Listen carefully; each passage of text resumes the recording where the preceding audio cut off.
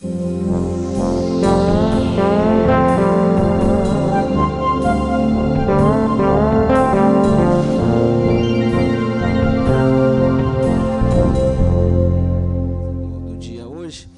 essa mesa, o objeto vai ser algumas coisas que foram tratadas, já foram tratadas de uma forma com dados, e o Franklin fez alguns comentários aí genéricos sobre impacto fiscal, e serão agora mais detalhadas e com pequenas divergências, porque as coisas são, como o Franklin falou, um work in progress, e a gente está...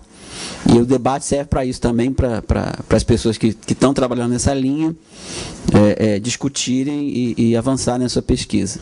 Bom, então, tem um detalhe aí, como vocês podem ver. Primeiro, a primeira apresentação vai ser do Fernando Lara e do Roberto Rodrigues. O Roberto é professor da Federal Rural do Rio de Janeiro, e o Fernando, ele é economista da FEE. Como eu falei, a FEE tem com a gente um acordo formal, então a gente espera estar sempre engajando o Fernando e outras pessoas da FEE para trazer para esses encontros, que a gente também interessa que sejam permanentes, ou pelo menos uns 4 por ano, com contribuições formais do pessoal da FEE. Certamente o Fernando vai continuar com a gente. Outra coisa, bom, depois vai falar o Fabian, que é do Cefid, como eu também mencionei. O Cefid, a gente está com praticamente um acordo guarda-chuva, assim, genérico também por assinar, e o Fabian de lá e vai fazer a apresentação dele. E eu estou aqui como colaborador porque a gente discutiu. Eles foram generosos e botaram assim, tipo, pitaqueiro. Mas o trabalho mesmo é do Fernando e do Roberto. Então, a gente vai fazer, de novo, o mesmo sistema, de 30, 40 minutos, tá? E aí passa depois para o Fabian. E depois eles vão para o debate. Então, Fernando e Roberto falando um pouco sobre política fiscal. Bom dia. Primeiramente, agradecer o convite feito pelo Carlos e do Centro, Celso Furtado. Acho que, para mim, pessoalmente, é uma satisfação grande poder vir aqui discutir esses temas, e para a instituição também é bastante importante ter esses vínculos, né, com o próprio Centro, enfim, com as universidades e com os pesquisadores que estão envolvidos nesse observatório. Também dizer assim que eu não sou exatamente, como conversava com o Franklin antes, eu não sou exatamente um especialista em política fiscal. Acontece aqui na instituição a gente tem uma equipe pequena para tratar desses temas relativos assim à economia brasileira. Então a gente acaba jogando nas 11, né? Então, quando é para falar de política fiscal, a gente vai estudar um pouco de política fiscal. Quando é para falar de questões externas, a gente vai estudar questões externas, e assim a gente vai se virando. Então, eu aceitei esse convite do Carlos para participar, exatamente porque eu acho achava, e agora tenho certeza, que foi bastante rico esse período de preparação, dessa apresentação, etc., poder discutir com ele, com o Roberto, sobre esses pontos. Então, a ideia é a gente poder realmente discutir esses assuntos assim, sem ter a pretensão de ter uma resposta definitiva para as questões, né? Então, a gente resolveu dividir a apresentação em 2 partes, né? Eu vou começar colocando assim um ponto de vista mais conceitual, as questões mais conceituais, que de novo, não é visando fazer nenhuma tese, né, sobre política fiscal, mas mais assim para introduzir, na verdade, a parte que eu acho mais importante da apresentação, que é uma exposição sobre os dados, né, desse período, então, 2003 a 2012, relativos às finanças públicas e à política fiscal. Então eu começo e depois passo a palavra para o Roberto, que vai apresentar os dados. Tanto a minha parte quanto a dele, eu acho que tem que ser entendidas também em 2 momentos. A gente vai falar um pouco sobre questões gerais de finanças públicas, né, que são relativas assim, à questão da organização dos dados, e o Roberto vai falar bastante da fonte dos dados.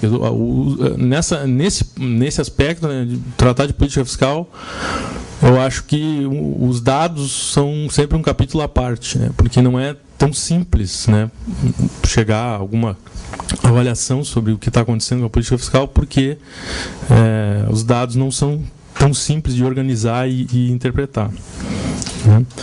E um segundo ponto, tanto na minha apresentação quanto na dele, que vai ser a questão, então, do cálculo dos indicadores de impacto fiscal. Então, uma coisa, finanças públicas, por um lado, e impacto da política fiscal seria um segundo ponto. É importante dizer assim que, quer dizer, a questão das finanças públicas não tem necessariamente uma visão teórica por trás, ou seja, basicamente é a questão de organizar os dados e ter uma ideia correta sobre como chegar, por exemplo, no indicador de superávit primário, déficit nominal. Agora, quando se trata do indicador de impacto da política fiscal, aí sim a gente assume, né, um princípio de que o produto é dado pela demanda efetiva e de que aí o que a gente vai calcular os impactos da política fiscal é o impacto do governo, né, do setor público na demanda agregada e por essa via então sobre a determinação do produto. Isso requer uma hipótese ou uma estimativa sobre alguns parâmetros importantes sobre esse princípio teórico, que é, por exemplo, a propensão a consumir, né? Então, o debate, como já foi colocado pelo Franklin, né, é muito sobre finanças públicas, enfim, é muito centrado na questão do superávit primário, né? O superávit primário é o indicador mais discutido. E esse dado que está aí, do superávit primário, divulgado pelo Banco Central, o que a gente percebe é uma queda, né, ao longo do período, ou menos uma tendência leve de queda, junto com uma tendência de queda também dos juros com percentual do PIB. Tem que prestar atenção nesse gráfico porque ele está em dois eixos, né? Então, o eixo aqui da esquerda é o superávit primário em proporção do PIB, e o eixo da direita, os juros em proporção do PIB. Os juros sempre são maiores, né, em termos nominais, em proporção do PIB, em relação ao superávit primário, o que significa que o superávit são algumas questões bem básicas, mas acho que é importante para a lógica da exposição. Então, se os juros são superiores ao superávit primário, significa que o governo tem feito déficits nominais, e o que implica que a dívida, em termos nominais, aumenta, né? Isso não é exatamente um problema, ou não é visto como um problema, na medida em que o indicador tradicionalmente usado, eu gostei da expressão que o Franklin usou, da maldição do Delfim, quer dizer, o indicador que vinha sendo utilizado como medida de fragilidade do setor público, etc., era a razão entre a dívida e o PIB, né? A razão dívida-PIB. Então, mesmo que a dívida cresça nominalmente, né, o que interessa ou interessava para quem está preocupado com a saúde das finanças públicas era a relação entre a dívida e o PIB.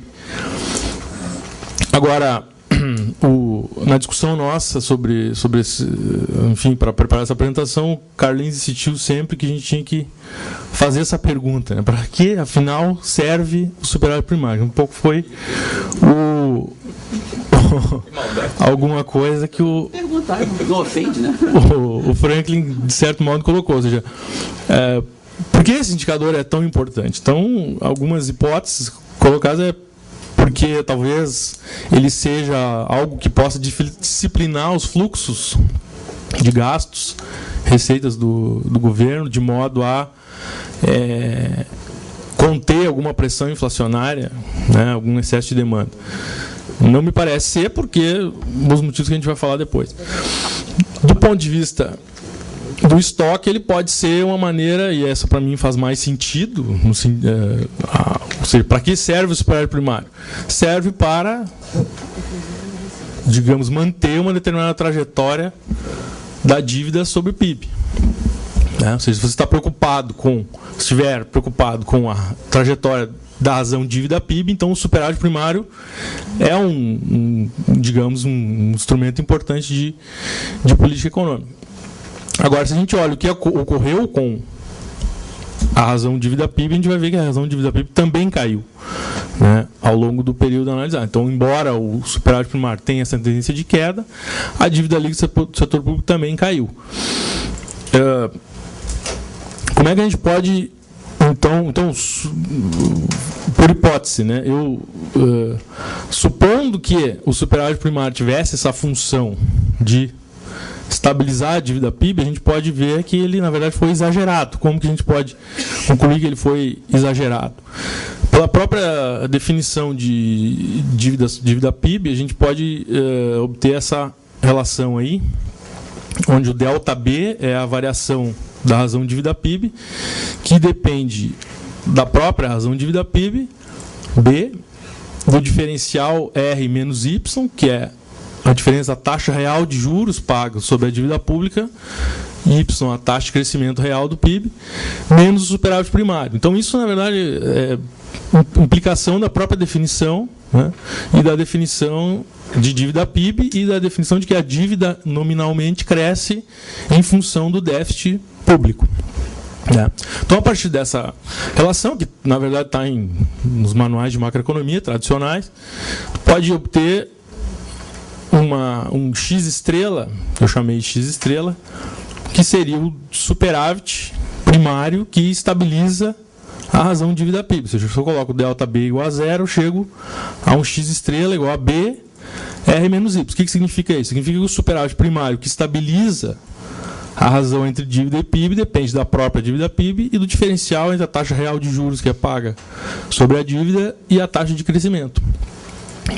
Então, usando essa relação, que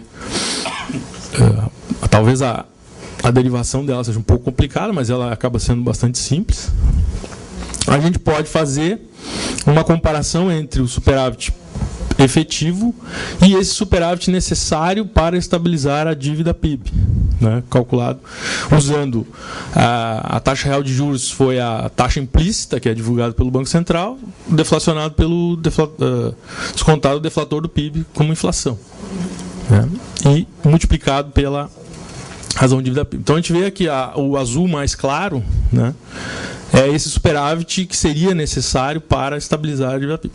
E o azul mais forte é o superávit primário efetivo, conforme a gente calculou na organização das finanças públicas que a gente fez.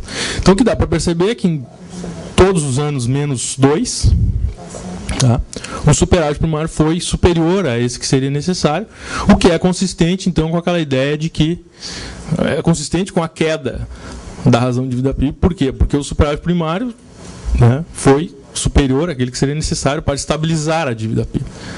Né?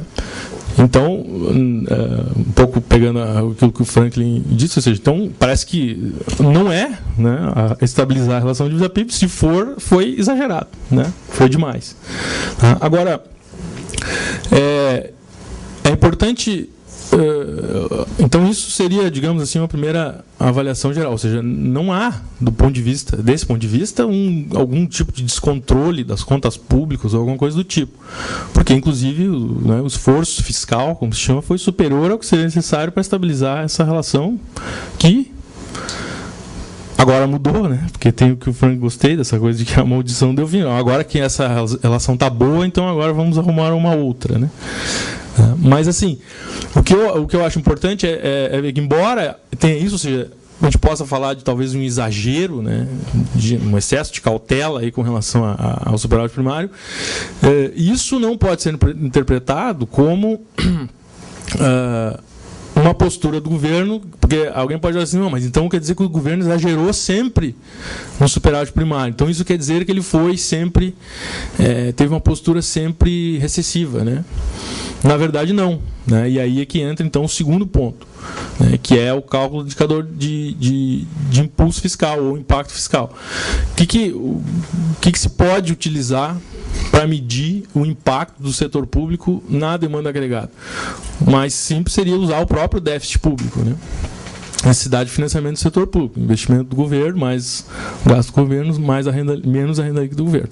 Agora, aí até depois, enfim, eu acho que esse indicador, a gente pode dizer que ele teria duas limitações, pelo menos, que seria uma, que ele não leva em consideração o efeito, esse efeito foi comentado pelo Franklin, acho também, endógeno do próprio PIB sobre o RLG, ou seja, quando a ideia é que quando o PIB cresce mais rápido, a arrecadação, né, a receita do governo cresce mais rápido, então isso teria um impacto. Então, para isso, tem maneiras de contornar isso, calculando aquilo que chamam os déficits ciclicamente ajustados, não é isso? Né? Déficits ciclicamente ajustados, o déficit de plano de emprego, né, também chamado. Então, essa limitação. Agora, tem uma segunda limitação, que é quando se olha só o déficit ou superávit público, na verdade, tu está só olhando para o resultado final, né? Tu está olhando só para a diferença entre o que o governo arrecadou e o que o governo gastou. Isso é o que interessa para essa discussão sobre sustentabilidade da dívida, etc. Mas quando se quer discutir o impacto do setor público na demanda agregada, faz diferença sobre quem o governo tributou e de que modo ele gastou, né? Então, isso também foi referido pelo Franklin. Então, o que é importante, se na hora de analisar o impacto do setor público sobre a demanda agregada, é importante diferenciar, avaliar os diferentes impactos dos diferentes categorias de gastos, receitas, transferências do governo sobre a demanda agregada. A ideia geral, bem simples, mas muito importante, é de que, então, por hipótese, os gastos, se a gente olha assim, os gastos e investimentos do governo, eles impactam diretamente sobre a demanda agregada, né? Então, por quê? Porque são, até, digamos, prova em contrário, são gastos que efetivamente o governo faz, compras de bens e serviços. Agora, as transferências e as receitas, não. Né? As transferências são, como o Franklin também referiu antes, né? Então eu estou sendo um pouco repetitivo em relação a algumas coisas que ele falou, mas é importante para entender a lógica dos cálculos que foram feitos, que o Roberto vai apresentar depois. Né? As transferências, na verdade, aumentam a renda disponível, né? E a renda disponível vai se transformar em consumo privado. E as receitas exercem um efeito contrário. As receitas do governo diminuem a renda disponível e, por essa via, que vão impactar sobre a demanda agregada via consumo privado. Né? Então, isso, claro que aqui talvez seja uma das formas mais simples de representar isso, porque, no limite, você poderia diferenciar todos os gastos do governo e encontrar, como o Frank falou, diferentes propensões ao gasto, né, das diferentes transferências. Então, por exemplo, os juros, né? Os juros nem estão aqui, porque os juros não estão aqui exatamente porque implicitamente já está assumido que a propensão ao gasto dos juros é nula. Então, na verdade, os juros têm impacto sobre o déficit público, mas um impacto muito pequeno sobre a demanda agregada. Então, como eu disse, no limite você poderia problematizar muito mais isso aqui, né? Colocar uma coisa muito mais detalhada. Mas a ideia aqui, como eu disse, é só explicar como é que foi, digamos assim, o método de cálculo do impacto fiscal. Isso aqui chamado o modelo keynesiano simples, né, assumindo essa diferenciação aí que eu coloquei no slide anterior. Então, a ideia do keynesiano simples é que o produto de equilíbrio é um multiplicador vezes os gastos autônomos. No caso aqui eu separei a parte que cabe ao setor privado, a parte que cabe ao setor público. Então, a parte que cabe ao setor público tem ali um multiplicador, 1 sobre 1 menos a propensão ao consumo, o gasto público mais investimento público, mais propensão ao gasto vezes as transferências, menos a propensão ao gasto vezes a receita do governo, os impostos, né? Isso faz diferença porque as transferências e as receitas do governo estão multiplicadas pela propensão ao gasto. Significa que quando muda as transferências e os impostos, o impacto não é pleno sobre a demanda agregada, né? E aí, o que a gente chama de impacto fiscal, conforme os dados que o Roberto vai mostrar agora, é as variações nesses componentes da despesa e das receitas do governo, ponderados, quando for o caso, pela propensão ao gasto vezes o multiplicador. Então, aqui, o que é importante ter isso? É que o impacto fiscal tem a ver com as variações, né, desses componentes aí, do gasto público, do investimento público, das transferências e dos impostos, né, vezes o multiplicador e ponderados por essa propensão ao gasto. né? Então, como eu disse, é possível fazer algo mais detalhado e mais completo, sim, né? Mas a questão é que, como eu falei antes, quer dizer, tem também toda a dificuldade de organizar os dados, etc. Então, e a dificuldade de ter estimativas mais confiáveis sobre essas propensões ao gasto, né? Então, acho que com isso espero ter colocado, né, a questão, explicado e, digamos, ajudado o Roberto na tarefa agora de mostrar para vocês os dados que foram organizados, sabe? Passo a palavra para o Roberto. Bom dia, ou boa tarde, está meio-dia em ponto. Como o Fernando colocou, a dificuldade de captação dos dados é o mais trabalhoso dos problemas, né? Acho que desenvolver a teoria, a gente tem um pouco de aula do Franklin, do Carlos, dá para aprender. Agora, botar isso com dados é um pouco mais complicado, mas confesso que está melhorando bastante. Assim, desde que eu desenvolvi a tese até agora, os dados têm dado uma melhorada. E os dados que nós vamos usar, ele é do sistema da Secretaria do Tesouro Nacional, as séries históricas da consolidação das contas públicas, orçamento fiscal e da Seguridade Social. E aí a gente tem uma série de 2000 a 2012. Quem quiser trabalhar antes, como foi feito na minha tese, foi uma dificuldade, a gente conseguiu alguma coisa do IBGE. Esses dados têm um problema em 2000 e 2001. Você não tem uma continuidade muito representativa. Então, a gente pega a partir de 2002, é o que dá para se considerar um pouco mais confiável. E a partir de 2009, esses dados eles são divulgados separadamente, empenhados e liquidados. Antes era só divulgado empenhado, e a partir de 2009 está liquidado. Só que a gente não consegue montar uma série considerável para analisar o período do governo do Partido dos Trabalhadores.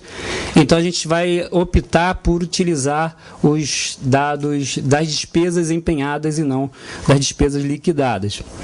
Então, tem essa dificuldadezinha aí, mas consideravelmente tem melhorado bastante essas contas.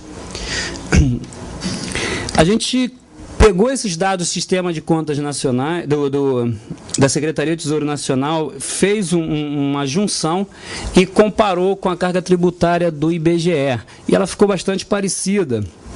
Até no final está bem próximo, lembrando que o IBGE se encerra em 2009, ainda não teve o cálculo para frente. A gente considerou a receita tributária, as contribuições sociais, aí só fazendo um parênteses, aí, apesar de contribuição social ser uma receita tributária, legal, dentro da lei, dentro da nossa Constituição, é preciso separar dois orçamentos, orçamento tributário, orçamento fiscal e orçamento da Seguridade Social. Então, se divulga esses dados separados, mas dentro de uma mesma planilha, né? Então, a gente considerou receita tributária, contribuição social, receita patrimonial, agropecuária, industrial e serviços. Isso tudo deu essa carga tributária aí, que é de vermelho, que está muito próximo da carga tributária do IBGE. Existem outras receitas, mas são outras receitas não tributárias que o governo tem, mas que não abrange. Isso não tem impacto dentro do impacto fiscal, que é o nosso objetivo aqui, e até das contas primárias do próprio governo. Só que aí, para a gente transformar esses dados do sistema da Secretaria do Tesouro Nacional e comparar com o resultado abaixo da linha divulgado pelo Banco Central, é outra dificuldade enorme. A gente tenta de tudo quanto é jeito e não consegue bater. Então, a gente prefere trabalhar aqueles dados que o Fernando mostrou agora. Eles são os dados de variação da dívida, mas para fazer isso acima da linha é um pouco mais complicado, então a gente assume que a Secretaria do Tesouro Nacional tem essa competência e ele está transformando isso em dados factíveis para a gente poder fazer uma análise científica dentro desses dados. E aí vai ser uma análise científica, como o Fernando colocou, existe a análise contábil, que às vezes a gente pega muito na parte contábil e esquece muito da interpretação econômica desses dados. A parte contábil é receita menos despesa, isso aí todo mundo faz dentro da sua casa, mas fora a receita e despesa, a economia ela tem uma dinâmica diferente, principalmente no que se refere ao setor público. E aí a gente, dentro dessa carga tributária da Secretaria do Tesouro Nacional, a gente separou as principais contas só para mostrar rapidamente esse tipo de conta. E aí aquela carga tributária que a gente colocou lá, agora continua em porcentagem do PIB, e aí a gente dividiu essas receitas em receita tributária, a receita de contribuição, chamamos as outras que eu tinha comentado, patrimonial, industrial, agropecuária, de serviço, em demais receitas. E aí a gente percebe mais visivelmente que o maior percentual dessa arrecadação do governo é em receita de contribuição e receita tributária. E aí, dentro da receita, só um parênteses, dentro dessa receita tributária existe a contribuição de melhoria, que é diferente de contribuição social e econômica, que é um percentual muito baixo. Então, aí é visível, bem visível aí a receita de contribuição e a receita tributária. E aí, a partir daí, a gente fez a variação dessa carga tributária e vendo a importância de cada componente desse na variação da carga tributária durante 2003 a 2012, que é os dados que a gente tem disponível, é o período que a gente está analisando. E aí a importância da participação no crescimento, na mudança da receita, a gente tem aí esses tipos diferenciados de receita do governo e comparando com o total. E a gente, na receita é muito claro a mudança dos tributos e das contribuições sociais afetando o total da carga tributária, da mudança da carga tributária. As demais receitas é pouco significante. E aí é bom a gente retornar àquela parte não só contábil, mas a parte econômica, lembrando que contribuição social e tributos, eles têm forte influência da própria renda da economia. Então, quando a renda está variando, as contribuições sociais elas vão variar e os tributos eles vão variar. Mas, da mesma forma, em contrapartida, é meio que ida e volta, quando você muda a carga tributária por ações discricionárias do governo, por ações arbitrárias do governo, você também pode afetar o produto. Então, não por coincidência, mas pela lógica econômica mesmo, a gente vai apresentar agora uma relação entre taxa de crescimento do PIB e a taxa de variação dessas receitas, e tem um comportamento muito parecido, né? O PIB e a taxa de variação do PIB e a taxa de crescimento da receita tem um comportamento bem parecido. E aí, para a gente deixar um pouco claro, que quando o governo gasta, a gente tem uma criação do próprio governo das suas próprias receitas. Então, a gente tem que deixar isso nesse ponto de linha assim, bem básico, né, dentro da economia, mas a gente tem que deixar bem claro que se o PIB está crescendo, a receita também está crescendo, se o PIB está reduzindo, a receita do governo também está reduzindo. Então, gastar já gera uma própria receita do próprio governo. Do que se refere às despesas, ela já não tem um comportamento tão linear, assim, tão próximo que teve a receita, porque são vários tipos de despesas, mas a gente separou e considerou algumas despesas primárias. E a gente considerou, dentro das despesas primárias, a gente separou em despesas correntes e despesas de capital, que a gente considerou aí investimento. E essas despesas correntes são despesas de pessoal, ativos e inativos, as transferências correntes, e aí não transferências entre o próprio setor público. Então, transferência do governo federal para o governo municipal e para o governo estadual a gente não está considerando aqui, porque a gente está considerando todo o setor público. Se considera essa transferência, você não está analisando o setor público, está analisando apenas uma instituição, um ente da federação e não todo o setor público. E aí, abordando bem claro que a gente está analisando todo o setor público. E aí está as aposentadorias, o INSS e outras despesas correntes que a gente inclui material de consumo nesse processo. E aí despesas correntes são os investimentos, mais as transferências também para instituições sem fins lucrativos. Estamos excluindo dessa despesa de capital as inversões financeiras. E aí, por que eu separei em despesas correntes e despesa de capital? Porque já existiu um daquele mal lá do Delfim. Teve um momento que se falava que a despesa corrente é ruim, a despesa de capital é a melhor. É como se existisse aí colesterol ruim e colesterol bom, né? E a gente percebe que a despesa corrente ela é muito grande, tem uma representatividade muito grande dentro da despesa do setor público. E fica meio sem lógica também de realizar a despesa em investimento e depois no período seguinte não vai realizar a despesa corrente. É meio sem racionalidade, até contábil, nem pensando em termos econômicos. Se construir uma universidade, você tem que botar professores, vai ter que equipar toda essa universidade. Então, a despesa corrente ela é significativa e importante também, e a gente vai ver que tem impacto também na economia. E aí essa ideia de separar em dois orçamentos, orçamento ordinário e orçamento de capital, acho que fica meio sem sentido se a gente pensar em uma política que afete a demanda agregada no princípio da demanda efetiva.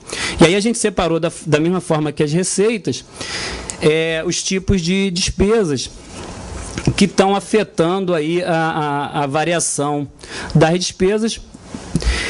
E como eu falei, não tem uma ordem sequencial muito lógica, mas em momentos que, principalmente quando o investimento cai, a despesa total ela tem uma queda bastante significativa, mas não tem uma ordem sequencial lógica, assim, de aumento e de queda, como a gente teve na receita. Mas aí as principais despesas de pessoal, INSS, o investimento ele é muito baixo, a gente vai ver aqui, da administração pública. Deixa eu só fazer um parênteses, depois eu vou incluir o investimento das empresas estatais. E aí, a partir desses dados, essa é finanças públicas, a gente analisou uma parte das finanças públicas, a partir desses dados a gente fez o impacto fiscal que o Fernando apresentou aqui para a gente e que o Franklin apresentou de uma outra forma, mas eu acho que de qualquer forma, Franklin, o impacto fiscal, mesmo considerando receita exógena e superávit exógeno, o impacto fiscal na demanda agregada acho que acaba sendo o mesmo. Só talvez o erro que agora você me alertou aqui bem no que se refere às despesas de pessoal. Para considerar o impacto fiscal, a gente tem que ter a propensão a consumir e quais tipos de despesas e receitas serão ponderadas pela propensão a consumir. A despesa que a gente separou, despesa que afetam diretamente a demanda agregada, são investimentos e compra de material, de bens de consumo, que a gente chamou de outros investimentos. E a despesa que a gente considerou que tem uma relação que afeta a renda disponível da economia são as despesas de INSS e pagamento de funcionário público. Nosso pagamento aqui, quem é funcionário público, a gente considerou indiretamente, afetando a renda disponível. Só que, como o Franklin observou aqui bem, o próprio serviço já é gerado, já é contabilizado no PIB. Então, teria mais um aí, além desse, o impacto seria até maior, né? Dentro da receita, todas as receitas afetam a renda disponível e não afetam a renda, o PIB, a demanda agregada diretamente. E quanto à propensão a consumir, a gente considerou dois extremos, que o trabalhador consome toda a sua renda e o restante ela é autônoma, e aí a gente dividiu o salário total pelo PIB da economia, e um outro extremo é que todo o consumo ele é induzido. Então, pegamos o consumo agregado e dividimos pelo PIB. Essas duas propensões, esses dois tipos de propensão deram bem distantes uma da outra, porque são dois extremos, mas a gente acredita que está entre esse intervalo dessas duas possibilidades aí de propensão. E a partir dessa propensão a gente calcula o impacto fiscal da economia. E aí, a partir desse impacto fiscal, a gente vê o comportamento do governo do PT no que se refere à política fiscal. E aí a gente tem aí um período que a gente caracteriza de forma light, tá? Expansionista, a partir de 2006, que vai deixar de ser expansionista em 2011, no primeiro ano do governo Dilma, e começa a retornar agora em 2012, um pouquinho mais expansionista. Só um parênteses, a linha vermelha é o impacto fiscal com salário e PIB, e azul é o impacto fiscal. Elas têm um comportamento muito significativo. Então, você tem um comportamento aí mais expansionista no segundo governo Lula, que se encerra aí no final do seu mandato, e aí passa a ter uma política um pouco mais contracionista, que está sendo retomada agora, mas, mais uma vez, é um impacto light, porque esse impacto está muito baixo no que se refere às políticas mais heterodoxas, que a gente pensando em termos de heterodoxo. E aí eu considerei... Estava sem empresa estatal, agora estou considerando os gastos das empresas estatais, só para a gente ter uma noção desses gastos. A fonte aí é a Secretaria de Política Econômica, não é a fonte primária, a gente também confiou nesses dados do governo. E nessa organização estamos assumindo aí um investimento de empresas estatais e fizemos uma comparação entre esses investimentos e os investimentos da administração pública. E aí a gente percebe que o investimento público está muito baixo, né, da administração direta.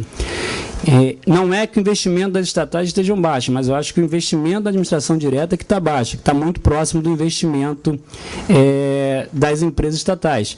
E aí uma percepção minha, não dos nossos dois colegas aqui, mas eu acho que o investimento da administração direta ele é muito mais redistributivo do que o investimento em empresas estatais, não desconsiderando o investimento em empresas estatais, mas construir uma universidade em Nova Iguaçu, lá onde eu dou aula, é muito mais redistributivo de renda do que, sei lá, construir uma plataforma de petróleo. Redistribui muito mais a renda. Então, não é que as empresas estatais, investimentos das empresas estatais estejam baixos, mas que a administração direta que está baixo, que esteja alta, mas a da administração direta que está baixa. E aí a gente considerou esse impacto fiscal, tem impacto com o investimento das empresas estatais, tem um impacto mais representativo, porém o comportamento continua o mesmo do impacto fiscal. E aí, por fim, breve conclusão, dentro do nosso trabalho, é que a gente está se perguntando dessa mística que se assumiu do superávit primário, para que serve esse superávit primário, e nossa percepção de expansionista, de política fiscal a ser adotada para o governo, não é a busca de um superávit primário, mas sim de uma política fiscal que afete a demanda agregada e que crie emprego e que crie um produto maior para a economia brasileira. Bom, agora, vamos lá, então, obrigado, dentro do tempo, não preciso nem encher vocês. Agora o Fabián, nosso amigo, vai falar sem cabine em espanhol. Atenção, preparem seus ouvidos. Ok. Bueno, en principio, antes que nada, quiero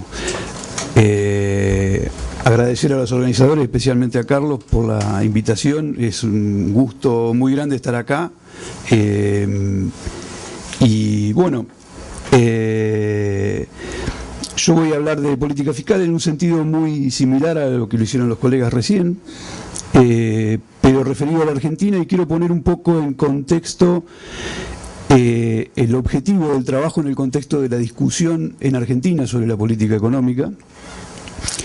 La presentación va a tener una parte conceptual que trataré de ser muy breve, refiriéndose a un enfoque, las bases para un enfoque alternativo del impacto de la política fiscal basada en la tradición keynesiana, especialmente en Kalecki y Abelmo. Y después 2 secciones donde la idea es utilizar eso para estimar, por lo menos en un intento muy preliminar, muy simple, el impacto de la política fiscal en el crecimiento argentino de los años 2000, especialmente, en 2 periodos distintos. La división ahí en 2 periodos no corresponde tanto a una división económica real, sino a un problema estadístico. En Argentina tenemos datos consolidados del sector público relativamente viables para hacer esto hasta el 2009. Entonces, en la etapa posterior vamos a tener que hacer una estimación todavía mucho más rústica del impacto fiscal y, bueno, algunas observaciones finales. El contexto del trabajo es la discusión sobre los factores que determinaron el crecimiento de la economía argentina después de la gran crisis de 2001-2002. Ahí hay básicamente tres explicaciones.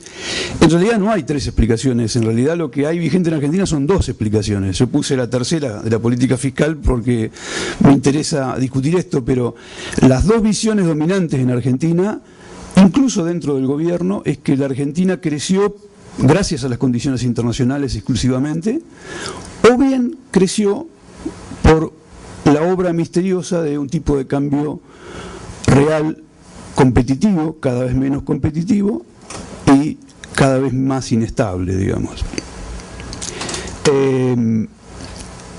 Hay que decir que la visión que subraya el peso de los factores externos tiene incluso elementos de realidad más fuertes todavía que la versión del tipo de cambio real competitivo, porque efectivamente, como vamos a ver, hay una conexión no necesariamente puramente económica entre las condiciones internacionales y la política fiscal, en Argentina como en otros países que son exportadores de commodities, y como en otros países donde la política fiscal se rige por un criterio de finanzas saludables, ¿no? Donde el equilibrio fiscal es un valor importante de la política. En el tipo de cambio real competitivo, que básicamente en Argentina fue defendido y argumentado por ejemplo por Roberto Frenkel, la visión de la política fiscal en ese esquema es que en realidad es totalmente invertida, es decir, la devaluación del 2002, la gran devaluación de la moneda en el 2002, provocó la mejora del resultado fiscal. Y el resultado fiscal fue que pasó de un déficit muy importante a un superávit muy importante rápidamente, es un indicador de que la política fiscal fue ligeramente contractiva hasta el 2005, con lo cual lo que pasó en el medio es obra del tipo de cambio, básicamente. La política fiscal nosotros vamos a pensarla en términos de el principio de la demanda efectiva como base fundamental, donde básicamente la idea es que un aumento de la inversión no requiere reducción previa del consumo, sino que el mayor nivel de ingreso que genera la inversión genera el monto de ahorro necesario genera el monto de ahorro que iguala la inversión. Y que esto es factible de ser pensado en el largo plazo, o sea que la demanda efectiva en este contexto va a tener efectos más allá del corto plazo, que es lo que hoy sería el consenso dominante en economía, y en el caso particular de Argentina, los pocos trabajos que hay sobre estudio del impacto de política fiscal, que son de cuño más tradicional, más convencional, lo que han tendido a mostrar es que la política fiscal no ha tenido efecto en el crecimiento y ha tenido efecto en la inflación. Después vamos a hablar de ese tema porque los elementos que lideraron el aumento, en términos contables, el aumento del gasto público en Argentina, uno de los elementos fundamentales son los subsidios al sector privado que permiten mantener bajas las tarifas de los servicios públicos. Argentina sería así el único caso en el cual la reducción del gasto público genera inflación inmediatamente. Es un caso raro, pero así todo hay economistas pidiendo la reducción del gasto público para bajar la inflación. En el esquema de Kalecki vamos a hacer un paso rápido para ver algunas cosas. Kalecki determina la renta nacional dividiendo el consumo en consumo de inversión, pero dividiendo el consumo en consumo de los capitalistas y de los asalariados, bajo el supuesto de que los trabajadores no ahorran y gastan todo su salario, la renta nacional queda equivalente a las ganancias y al consumo de los capitalistas más la inversión, y ahí la gran discusión es la causalidad. Kalecki dice que la variable que tienen para controlar los capitalistas es su gasto en consumo y en inversión, y que eso determina sus ganancias. En el supuesto de que los asalariados no ahorran, entonces la masa total de ganancias realizadas depende del gasto de los propios capitalistas. Una vez que Kalecki determina esto, agrega de alguna manera aditivamente el impacto del sector público y del sector externo, de una manera que vamos siguiendo una sugerencia de Franklin y algunos trabajos de Franklin y de otra gente, vamos a matizar para mejorar, por así decir, la estimación del impacto. Kalecki, como decía, suma de alguna manera el efecto del sector público y el efecto del sector externo a la determinación de la renta nacional, estimada solamente en el lado de las ganancias de los capitalistas. Bueno, en este caso, obviamente, la sentencia sería solamente si los trabajadores gastan los que ganan, los capitalistas ganan exactamente lo que están gastando. Puede pasar un caso de que si los trabajadores ahorran, los capitalistas van a gastar menos, van a ganar menos de lo que gastan, y en el caso opuesto, si los trabajadores gastan más de lo que ganan, como fue el caso de la economía americana, los capitalistas van a ganar, mientras dure, más de lo que gastan, ¿no? En el caso del sector gobierno, bueno, sencillamente si hay una tendencia deficitaria del gasto público, esto aumenta las ganancias de los capitalistas, porque el Estado gasta más de lo que gana, entre comillas, y si hay un superávit comercial, también aumenta las ganancias, la masa de ganancias de los capitalistas, debido a que el resto del mundo estaría gastando más de lo que gana en la economía nacional. La conclusión de Kalecki central es que solamente una política de gasto deficitario es expansiva. Si los gastos fueran financiados con impuestos, no hay cambio en el nivel de ingreso y empleo de la economía, porque lo que el Estado está poniendo por un lado lo está sacando por el otro, básicamente. Después, bueno, vamos a ver que Kalecki matizó esto en otros trabajos, pero esta es la idea básica que ha trascendido. Habermas, de alguna manera, discute esta hipótesis, que no es solo Kalecki, hay una tradición bastante larga respecto a que solamente el gasto deficitario es expansivo, y plantea su teorema y demuestra su teorema respecto a que un incremento del gasto público financiado en el mismo monto con impuestos tiene un efecto multiplicador igual a 1. Básicamente, la distinción importante que hace Habermas es que hay una diferencia entre el ingreso neto y el ingreso bruto, y que el empleo del sector privado depende del ingreso bruto, pero no, digamos, y su consumo depende del ingreso disponible, pero no el empleo. Esta distinción es muy importante porque permite ver un impacto diferencial de la política fiscal y permite ver que hay un caso especial donde la política es expansiva aún con gasto equilibrado, con presupuesto equilibrado.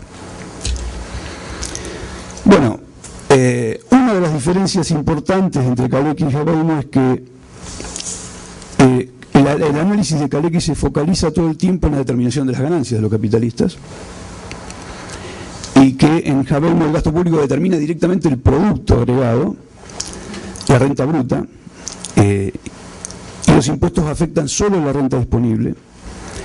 Y un tema importante es que el nivel de producto agregado no tiene por qué ser una proporción constante del nivel de ganancia. Ese es el tema, me parece, más importante en esta diferencia, ¿no? Después ahí uno puede matizar el análisis de Kalecki.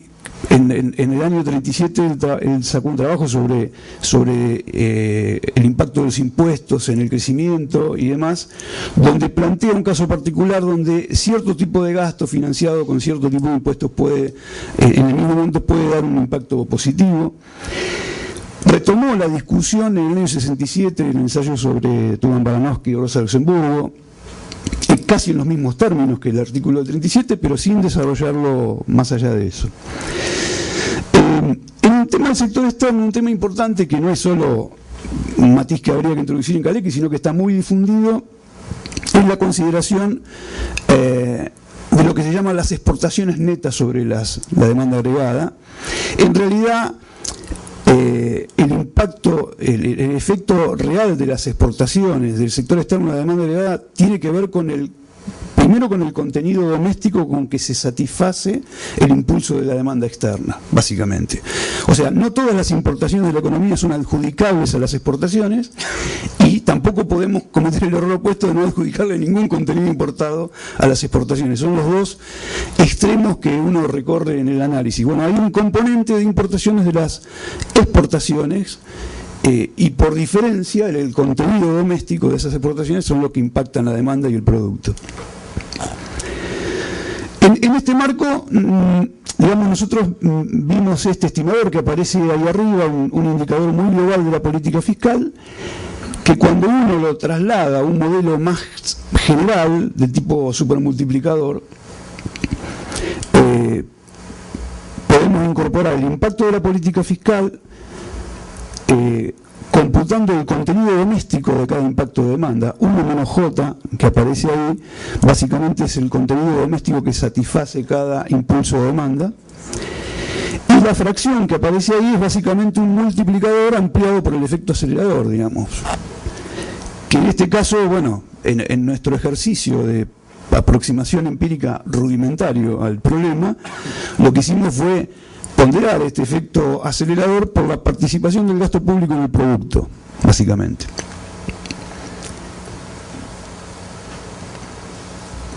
Obviamente esto requeriría una definición mucho más precisa de muchas cuestiones, pero seguramente una manera más completa y precisa de estimar esto es estimar el conjunto de los gastos autónomos y no solo del gasto público, que estamos tratando de hacer una aproximación empírica acá.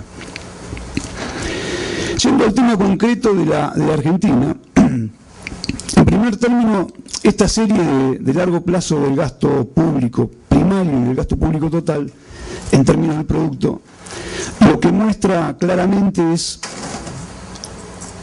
un crecimiento del gasto público total en tendencia que arranca a fines de los 70, principios de los 80, y una tendencia leve a la disminución, especialmente desde principios de los 80, del gasto primario en términos del producto, que muestra el peso básicamente de los intereses, del gasto en intereses dentro del Estado, y cómo ese peso del gasto de intereses, por cuestiones de política macroeconómica, operó comprimiendo el gasto primario en términos del producto, que claramente es un producto de la globalización financiera, de la inserción de Argentina en la globalización financiera a partir de mediados de los 70.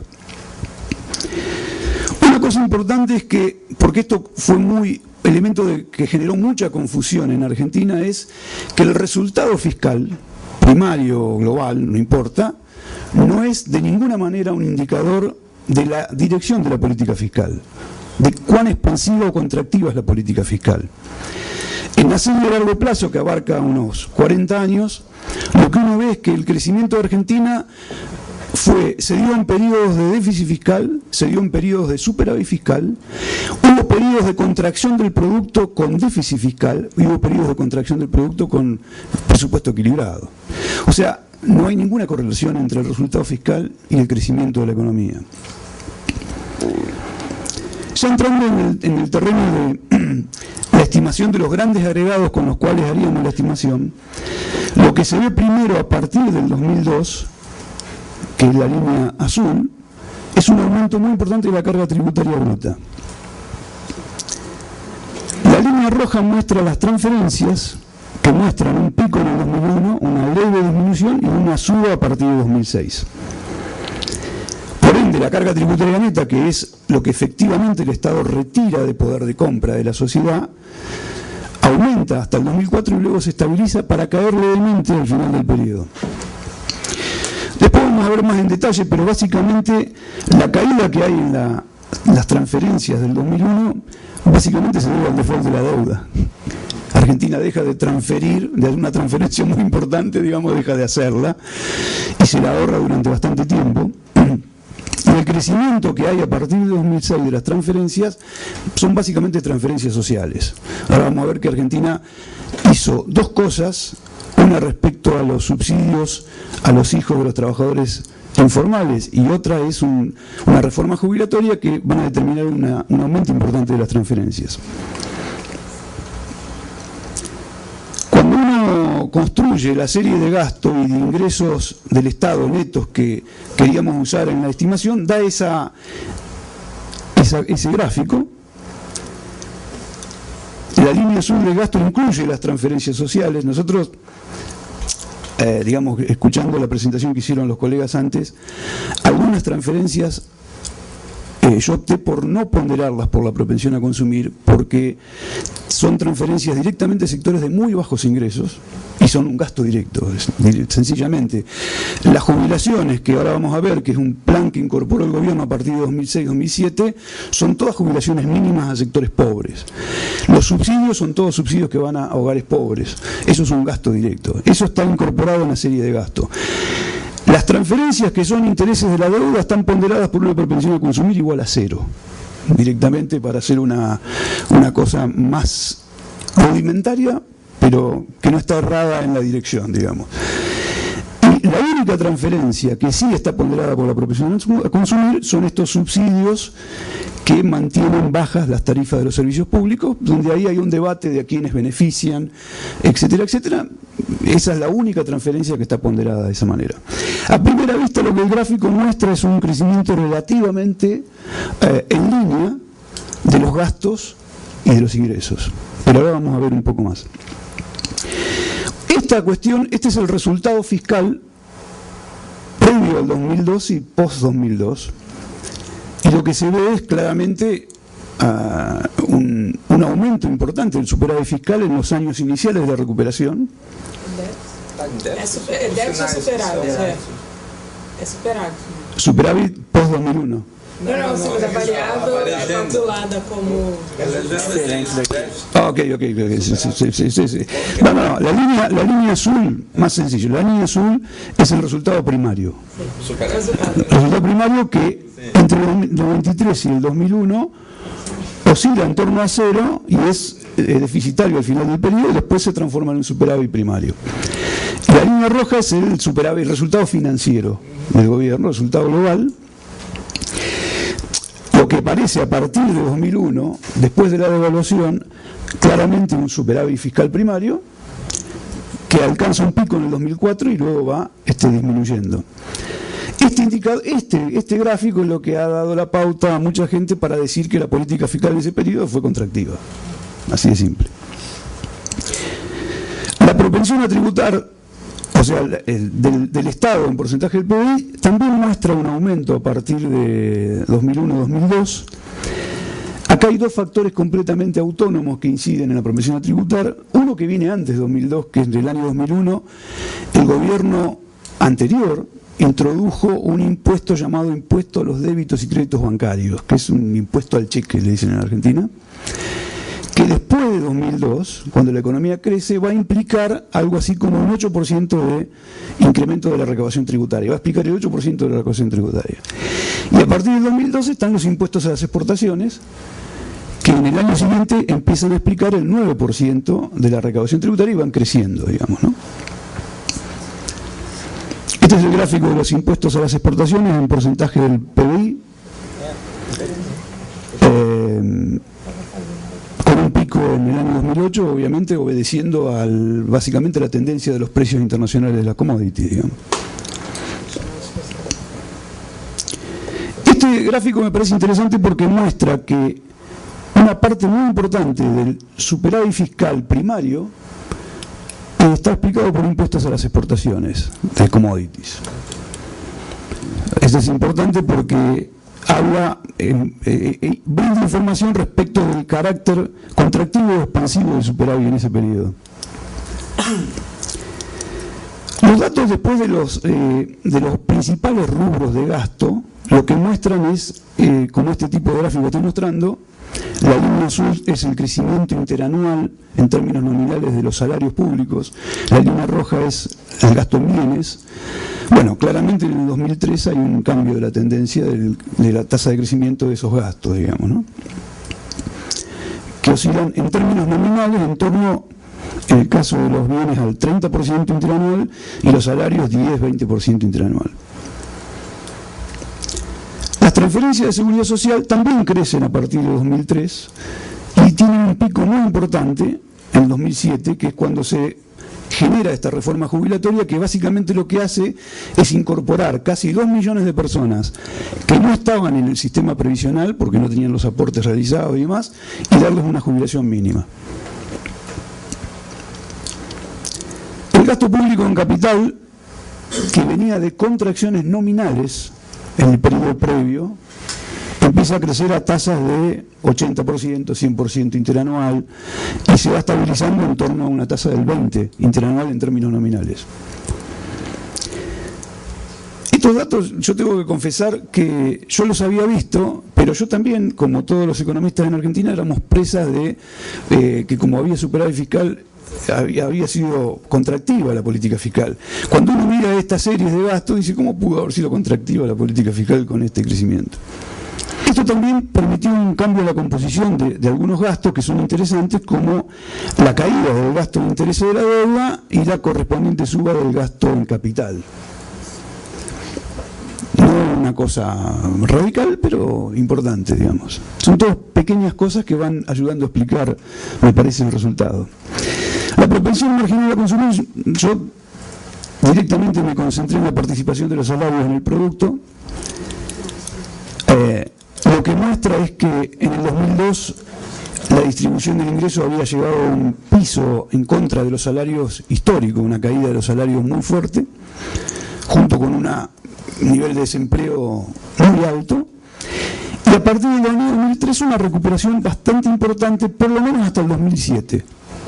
En el 2007 hay una tendencia errática y ahora hay una especie de estabilización de la situación distributiva en Argentina.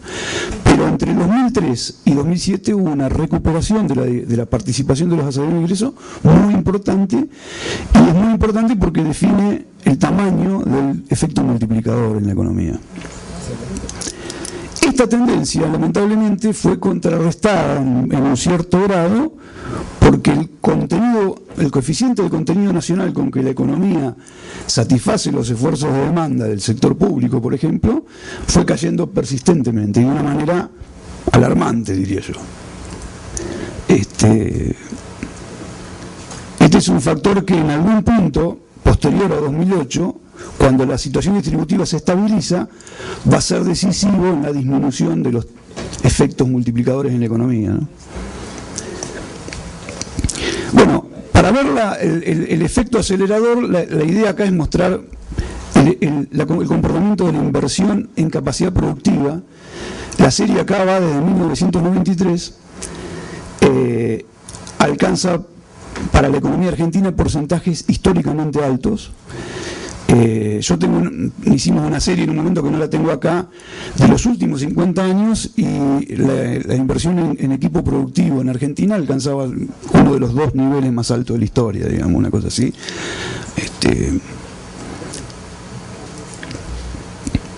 Con esos datos muy agregados y muy rústicos construimos esta hipotética evolución del supermultiplicador, de los efectos multiplicadores y aceleradores de la economía, y lo que se ve, bueno, es lo que decía antes, ¿no? Una recuperación post-2003 y una estabilización que básicamente tiene que ver con la caída del coeficiente de contenido nacional de la economía. Es decir, ese es un factor que pesa terriblemente mal en la economía argentina en todos los aspectos, desde el punto de vista del empleo, desde el punto de vista de la integración productiva, desde cualquier punto de vista. Y este es un poco el gráfico resumen de todo esto.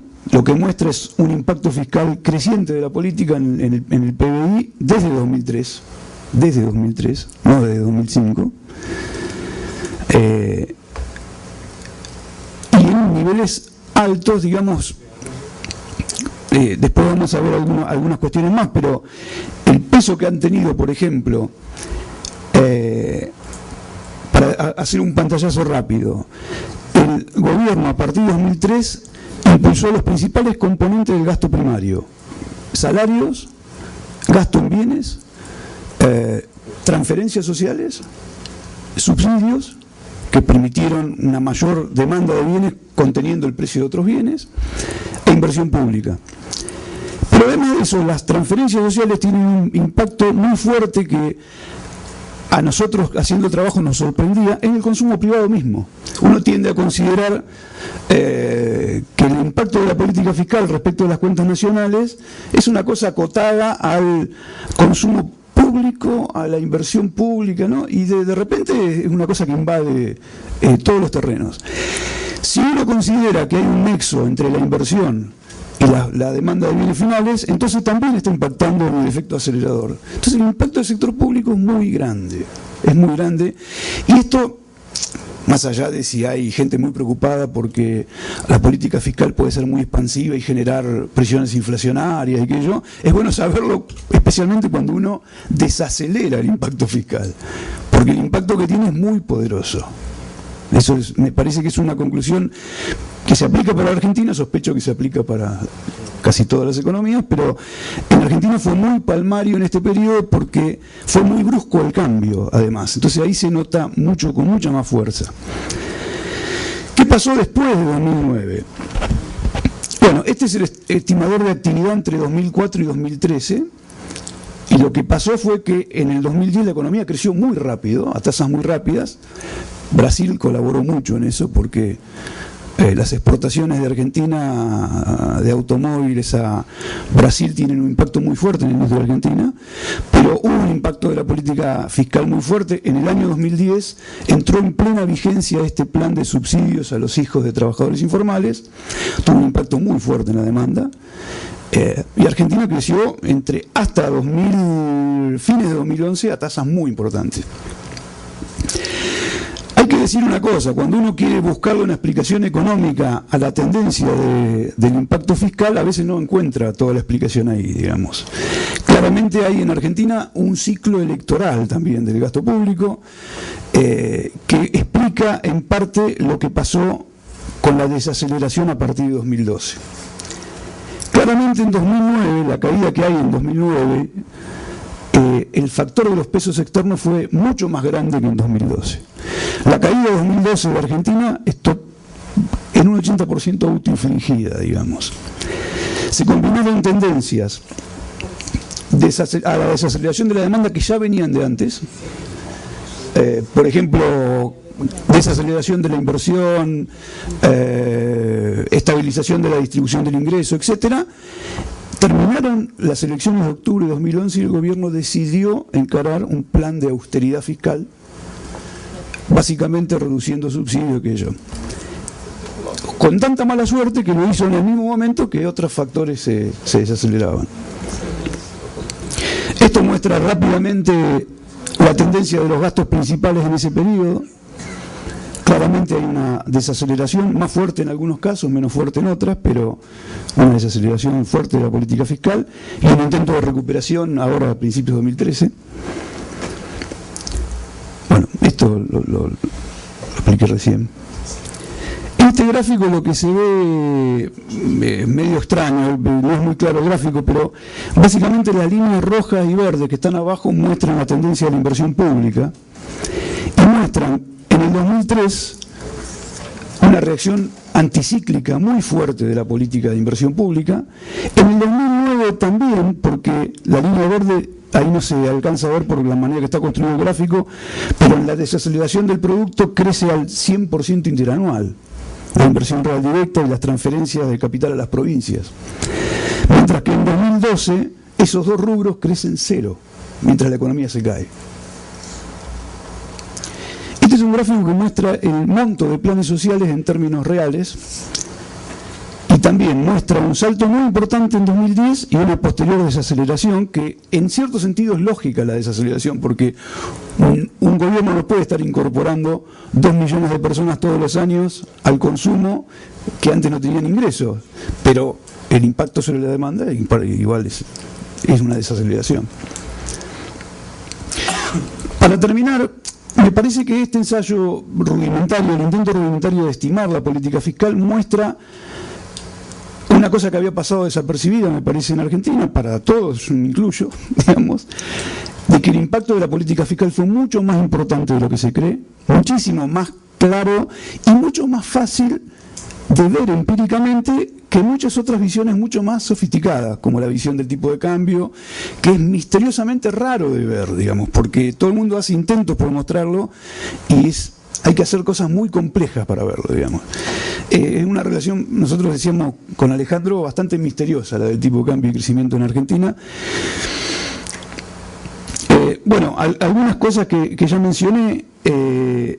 Bueno, uno de los factores que también pesó en el impacto fiscal fue sencillamente la reducción del superávit fiscal gradual. Gradualmente Argentina fue reduciendo el superávit fiscal.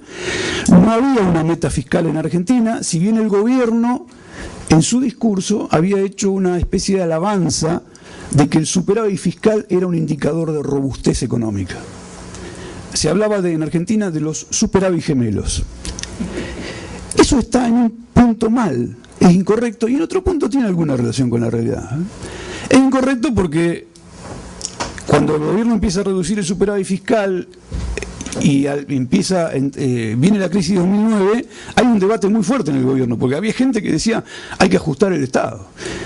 Primó la visión populista, que dice, bueno, es importante el superávit fiscal, pero digamos, tenemos que crecer, porque aparte hay elecciones, la gente quiere trabajar, etcétera, etcétera. El gobierno emprendió una política fiscal anticíclica muy fuerte y al año siguiente recuperó el superávit fiscal por una vía expansiva, ¿no?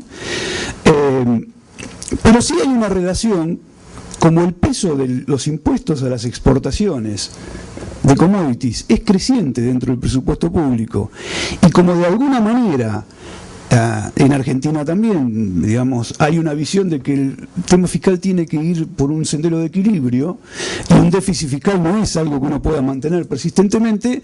Estos factores se conjugan para que cuando hay una bonanza internacional, el gobierno gaste más, y cuando la bonanza se termina, el gobierno tienda a gastar menos. Entonces hay una correlación entre los superávit gemelos, lamentablemente.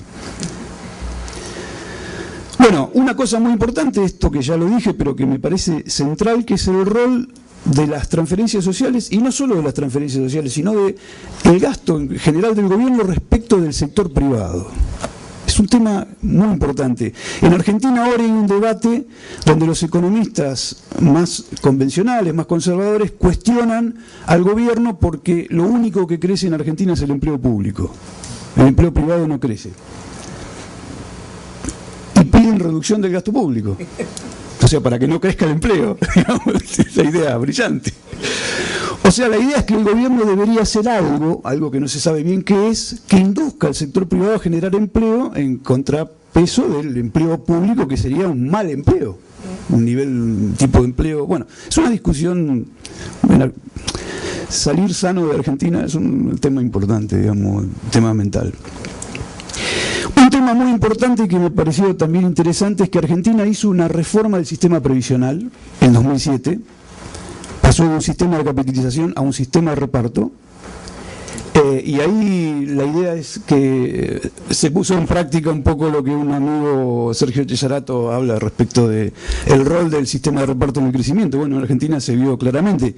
Lo que pasa que otro amigo, Pivetti, plantea una cosa muy interesante respecto de esto, de la sustentabilidad del sistema, que es lo siguiente. Tener un sistema de reparto con un sistema de jubilaciones muy generoso para toda la población es muy bueno, pero le impone a la política económica la necesidad de crecer. Uno no puede no crecer porque eso no es sustentable en un proceso de estancamiento económico. Entonces, ahí el problema de Argentina es la operación de la restricción externa al crecimiento. Cuando opera la restricción externa se vuelve insustentable todo esto, digamos. Ese es un problema muy serio y yo quiero terminar, si puedo, es una sola, que ya termino.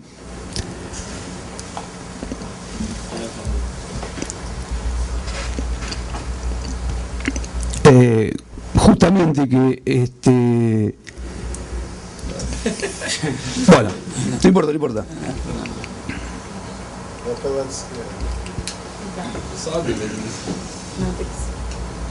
É mais fácil abrir. É devagarzinho mesmo.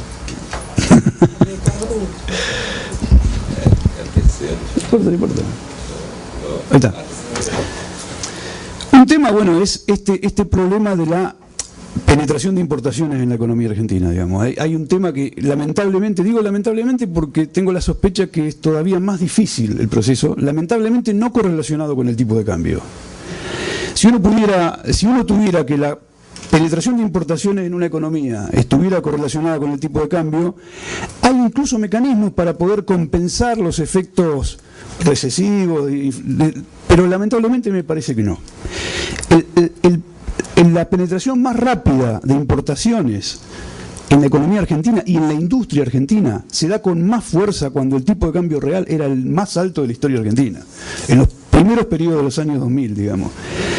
Entonces, ese es un problema enorme, digamos, porque solamente se va a resolver cuando el Estado haga políticas muy específicas y muy fuertes que resuelvan ese problema, si es que se puede resolver, pero no se va a resolver de otra manera. Eso es un problema enorme. Y el otro punto es que en ese aspecto, me parece, y ahí hay un déficit muy grande de la política económica en Argentina, es que la política fiscal debería atender cuestiones que van más allá del impulso de la demanda agregada, justamente que vinculen el impulso de la demanda agregada con el cambio estructural. Por ejemplo, yo pensaba en los instrumentos que Ava Lerner hablaba de la política fiscal, las compras y ventas del Estado, los préstamos, la venta de bonos. Bueno, Argentina tiene problemas con su política monetaria, tiene errores en su política monetaria que generan salidas persistentes de capitales. La política de compras del Estado no tiene en cuenta la posibilidad de inducir comportamientos de tecnología, de sustitución de importación en el sector privado. Está pensado con un criterio básicamente de expansión de la demanda y de transferencias sociales, que está muy bien, digamos. El problema es que si eso no va acompañado de políticas de cambio estructural, como volví a decir, no es sostenible. Y bueno, estos son los problemas que lamentablemente todavía tenemos bastante tiempo por delante. Muchas gracias. Obrigado, Fabiano. Como sempre, a gente estourou a hora. Sabe? Se não tivesse feito isso, era impossível. Não era seminário, era outra coisa. Bom, vocês sabem que a gente tem que voltar às 2h30. São uma, né? Já uma cravado. Uns 10 minutinhos ou a gente deixa para o debate? Não, um pouquinho, né? Uma rodadinha de perguntas, eu acho. Não, não estamos dando uma rodada, então.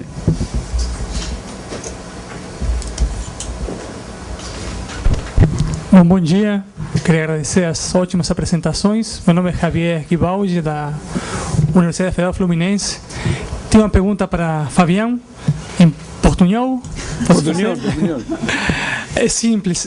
Como afeta a tua base conceitual e as tuas conclusões em termos de efeitos multiplicadores o fato de, como você bem demonstrou, que grande parte dos impostos na Argentina e do seu crescimento, sobretudo, são impostos à exportação, são tributos à exportação, que, como você falou, um tributo a uma renda exportadora.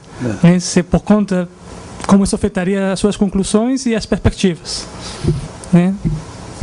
Em relação ao tipo de câmbio, que se hace outra pergunta. Como é isso? Uma segunda pergunta seria a relação do tipo de câmbio, o fato da Argentina ter, como o Brasil não tem, um imposto às exportações. Tá? Fico...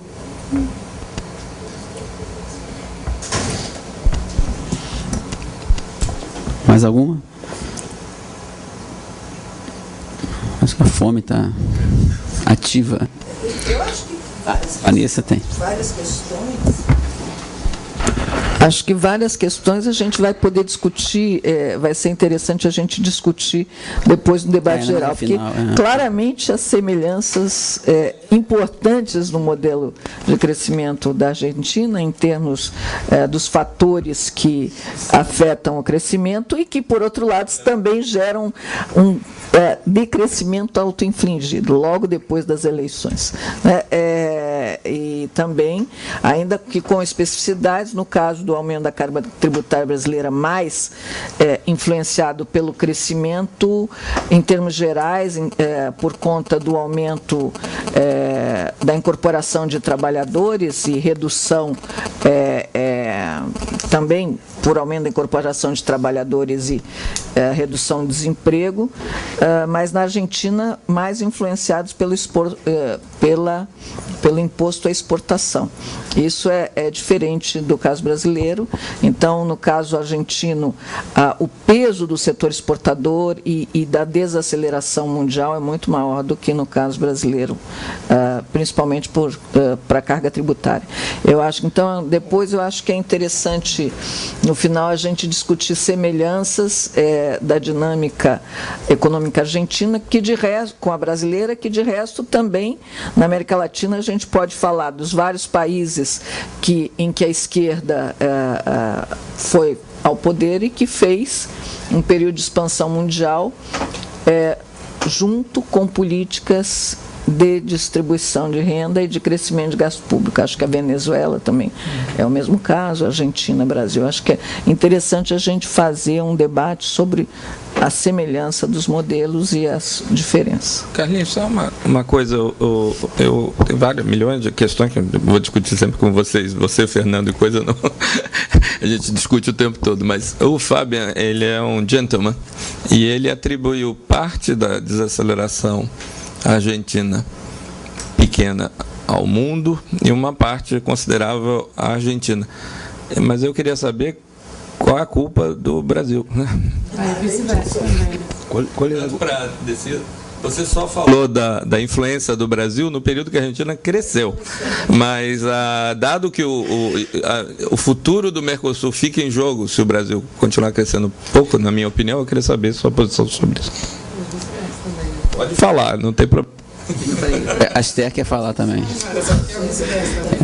A Esther quer dizer vice-versa. Não, também teve impacto no Brasil um pouco.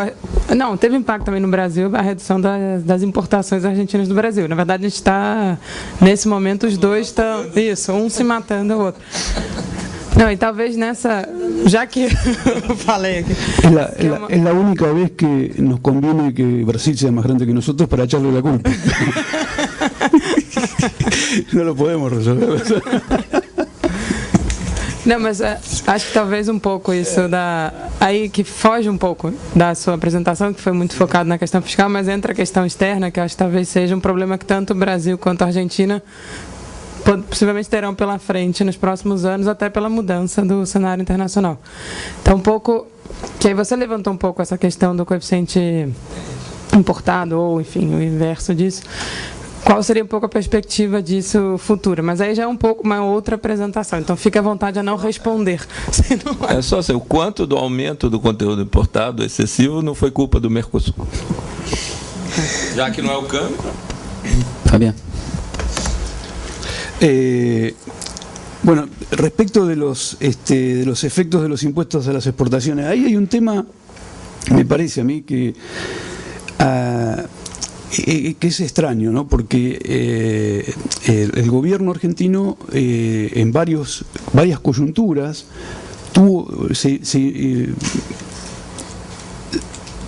entró en peleas políticas muy complejas por la tasa del impuesto a las exportaciones, ¿no? Los impuestos a las exportaciones, como yo decía antes, son importantes porque, pero no son tan, no es Venezuela, digamos, tampoco es, digamos, y en el, claro, ni siquiera Chile, porque el Estado argentino no genera la soja, digamos, la genera el sector privado, entonces no es el cobre chileno que lo tiene, digamos, ojalá el Estado generara la soja, sería mucho un problemita de transferencia, digamos, ¿no? En el medio de ese debate, Argentina hizo una reforma de la Carta Orgánica del Banco Central, mediante el cual el Estado, el Tesoro no tiene problemas de financiamiento. Digamos, en principio no tiene problemas de financiamiento. Entonces, ahí hay cosas muy curiosas porque a veces difíciles de entender, porque el gobierno abrió esa puerta a través del Banco Central, más allá del juicio que uno haga sobre si eso es bueno, es malo, etcétera. El hecho es que hizo eso, modificó la Carta Orgánica del Banco Central y abrió una posibilidad de financiamiento del Banco Central al Tesoro prácticamente sin límites, porque hay posibilidad incluso de ampliarlo y demás. Entonces eso no es muy compatible con ponerse a luchar para aumentar ciertos impuestos, que digamos, es raro eso. El peso de los impuestos a las exportaciones en Argentina es un tema histórico, digamos, para los que venimos de Argentina. La economía del puerto generó los primeros impuestos y es la base sobre la cual se armó el Estado, digamos, el Estado moderno, ¿no? Y todavía tenemos ese sesgo. Después vino el Estado industrial subdesarrollado, no sé cómo llamarlo, y generó una mixtura, una mezcla que se sobrepuso sobre eso, pero siempre el tema de commodity en el Estado está presente, digamos, ¿no? Y es uno de los canales por los cuales un economista convencional como Eduardo Levi-Cellati puede decir: Argentina crece por las condiciones internacionales, digamos, porque mejoran los precios de las commodities, el Estado se habilita para gastar lo que antes no podía por restricciones autoimpuestas, digamos, y además hay una realidad: si el Estado gasta, independiza su gasto de las condiciones de financiamiento del sector externo, en algún momento tiene crisis externa. Entonces también hay un tema ahí que vincula las dos cosas, ¿no? Yo no sé si respondo muy bien tu pregunta, pero me parece que es confuso el tema. Y respecto del tipo de cambio y los impuestos a las exportaciones, francamente, ha sido bueno para la Argentina en términos que no tienen que ver con el tipo de cambio. Dadas las condiciones políticas en Argentina, los impuestos a las exportaciones abrieron la puerta a un gasto público más expansivo de lo que hubiera sido de otra manera. Por esas condiciones mismas que mencioné antes. El efecto del tipo de cambio no fue muy significativo. Yo creo que no. Alejandro va a hablar después mejor que yo del tema, pero no fue una variable significativa. Entonces ahí está discutiendo por recursos fiscales. Estamos peleando por pesos cuando vos podés generar pesos. Es una cosa medio rara. Por eso, bueno, opera lo que decía recién Vanessa, de que en las crisis internacionales el impacto es tan grande, digamos, porque justamente es un Venezuela en pequeño, digamos, por ahí, pero es eso, digamos, ¿no? Con la salvedad, y esto es importante, de que en el 2009 el gobierno se salió del libreto. El gobierno... Hubo un debate muy importante. Yo estaba en el Ministerio de Economía en ese momento y hubo un debate muy fuerte en el Ministerio de Economía porque había gente que decía, bueno, ahora vino la época del ajuste, había que hacer el ajuste. Y afortunadamente había un grupo de locos pensando en otras cosas, que no tenía idea de no conocen a Balerna, no conocen a Javier, no conocen a nadie, pero dijeron, bueno, no podemos hacer esto acá. Esto no. Está bien, el ajuste fiscal está bien, hay que tenerlo, pero esto no se puede hacer. Hoy no. Hoy no. Entonces, bueno, ahí hicieron una política fiscal fuera de los libros, digamos. Lamentablemente, ahora hay nuevamente una discusión, está confusa la cuestión, digamos, el debate central se está focalizando ahora sobre la reducción de los subsidios, un debate bastante maluco, porque es un debate de bajar los subsidios para bajar la inflación cuando los subsidios están conteniendo inflación. Es una cosa para bajar la emisión monetaria del Banco Central para que el Banco Central no financie el gobierno. Entonces vos bajás el gasto, subís las tarifas en una economía que tiene 20 y pico % de inflación anual para que se vaya, no sé, al 30 y pico. Yo no soy muy sofisticado, pero no entiendo. El impacto de Brasil, bueno... Yo no vine de visitante, así que está el mundial cerca. No, es un impacto muy fuerte, digamos. Exactamente.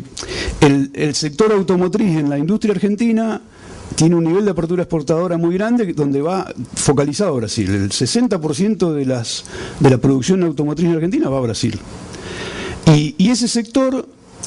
tracciona claramente 3 o 4 sectores muy importantes. La industria argentina igual es una industria de dos sectores con dos tiempos. Está todo el sector que los economistas estructuralistas llamaban de crecimiento vegetativo, alimentos, textiles, que crecen a una tasa baja.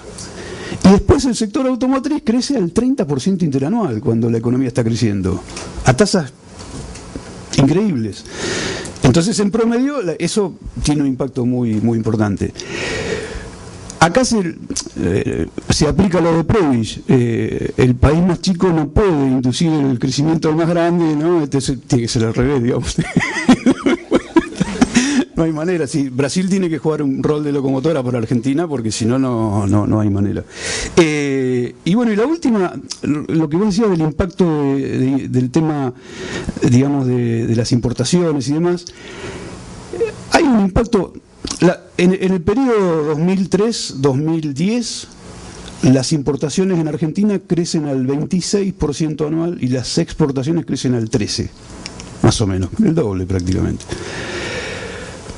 Pero el problema principal, digamos, porque eso uno lo puede adjudicar a que Argentina aprovechó una coyuntura internacional favorable para crecer todo lo que podía. Digamos, yo siempre, perdónenme que sea tajante, pero yo digo, en Argentina hay una discusión de ¿para qué creciste tanto si ahora tenés restricción externa? Yo digo, si uno no hiciera ninguna política de nada para aliviar la restricción externa, siempre es mejor crecer que no crecer. Aunque después haya que parar. Hay una cantidad de efectos que se provocaron en el medio que no son fáciles de revertir. Entonces, la comparación que se hace en Argentina siempre es con Chile, que tuvo este fondo fiscal anticíclico, digamos. En la crisis está demostrado que todos nos fue más o menos parecido. Pero el tema principal es que Argentina ha tenido problemas muy serios con la política monetaria, fundamentalmente, ¿no? En Argentina hay una idea de hacer la eutanasia del rentista en un país pequeño e integrado desde el punto de vista financiero del mundo. Terribles. Terrible, no es sustentable, digo. Y bueno, entonces estos dos problemas se superponen. Bom, agradeço. Só antes de terminar, eu esqueci de falar isso, eu estou aqui no lugar do Adalmir Marchetti, que é o nosso amigo da FEE, que não pôde... pois é, eu não sou Adalmir Marchetti. É igual o filme, quero ser Adalmir Marchetti. Mas então ele não pôde vir, mas o Adalmir que mandou o embaixador dele, representou muito bem e certamente estará nas nossas próximas reuniões. Agradeço a todos e vamos ver se a gente não atrasa muito, como é normal, mas por favor, tipo 2h30 aqui para a gente voltar, tá bom? Tchau. Mais autoritário.